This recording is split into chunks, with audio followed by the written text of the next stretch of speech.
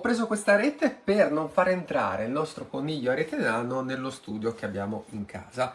E come vedete è perfetta, il nostro coniglietto non riesce ad arrampicarsi su questa rete, non riesce ovviamente a passare. Facendo due strati ho fatto anche una struttura più solida e quindi qui il coniglietto, come vedete, devo far forza, non riesce proprio a passare. Si può modellare facilmente con le mani. Ho fatto questo giro per evitare che il coniglietto avesse questi spunzoni che gli potessero far male. L'ho tagliata con le forbici belle grandi, e si riesce a tagliare a mano, quindi a modellare a seconda delle misure che vi servono.